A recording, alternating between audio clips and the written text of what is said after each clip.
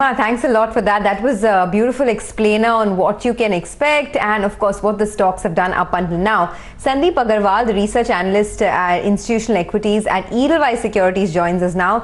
I think Sandip was the first on the street to be extremely bullish and stating that, the stocks could get re-rated, the management's guidance could be upped, etc. Sandip, stocks like TCS, I think when they were at about 2,000, 2,100 levels, you were quite bullish on this space. Now these stocks have run up to about 3,000 plus. Do you think a lot of the good news is already in the price, or do you see more to go? So yeah, see, in my view, every quarter there will be upgrade and there will be movement in the stock prices. So I think that happened in June quarter, that happened in September quarter, and it has already happened for this quarter. That is what my understanding is, because most of the stock in last 15 days have moved up very, very sharply. So I will not expect much from here to move on the stocks till maybe February, March. So I think the next move now will happen for the March quarter, and this quarter moves are broadly behind. That is what my understanding is. But that doesn't change our thesis that we are in a multi-year, very, very strong cycle, which will be stronger than, I think, at least last 10, 12 years, any other cycle which was there. And this cycle comes with unique feature of margin improvement also. So I think re-rating will continue to happen in the stocks. They are very good management, leadership, corporate governance, ESG compliant, cash generation and dividend distribution, buyback. Every positive thing which investors look are there. And this cycle is not a short cycle. In IT, you take 4 or 5 years to implement any new technology. So I think cloud will be there for next 3 or 4 years. So I'm not worried about the growth. But yes, the stock movement has been quite sharp in last 15-20 days. Are you still comfortable with TCS at 29 times, Infosys at 25, 26 times? So Lata, my multiple for TCS from long time is 40 times, which is, and target price is 4,000, and I'm very confident of that target price to be achieved. My target when? price of 1 year, it is 1 year target price. Okay, all right, got it. Go ahead, please. And Infosys, we have a target price of 1851 from a long time, and I am confident it will be achieved in 1 year. So I don't see any kind of, I am very confident that re-rating will continue to happen, and it will happen on the back of upgrades in estimate. And I think, for this quarter only, I'm saying that a large part of money has been made. Some 4-5% move cannot be ruled out from here.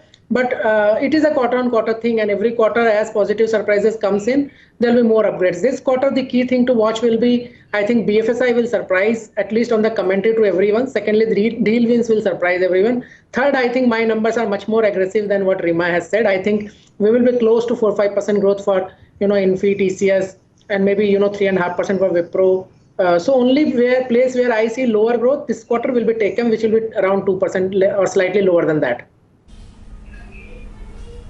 Okay. On HCL Tech, how are you positioned? Are you expecting the quarterly guidance to be raised? And do you think that's sort of documented in the price already? Or could we see a further upside if and when that is done?